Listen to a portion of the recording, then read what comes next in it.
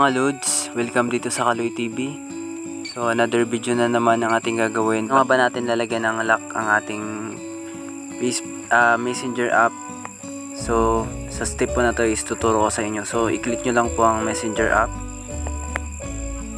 Follow the step. So pagdating nyo, i-click nyo lang taas yung chats.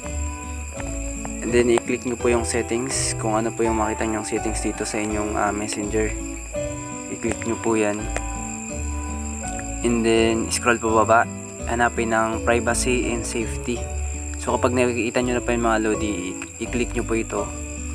And then ayan, dito na po tayo sa off lock. Yan, kapag nakita nyo po yan mga lodi, itong nasa taas na to, i-click nyo lang po ito mga lodi. So ayan, sabi dyan, use your face or fingerprint unlock messenger. You can still reply to message from notification and answer calls if messenger is locked. Your biometric info is not transmitted to or stored by Meta. So ayan, kapag on nyo po ito mga lodi, automatic na po yan, magkakaroon ng process na itatapat nyo po yung mukha nyo, and then, kundi yung fingerprint nyo, lalagyan nyo siya ng lock.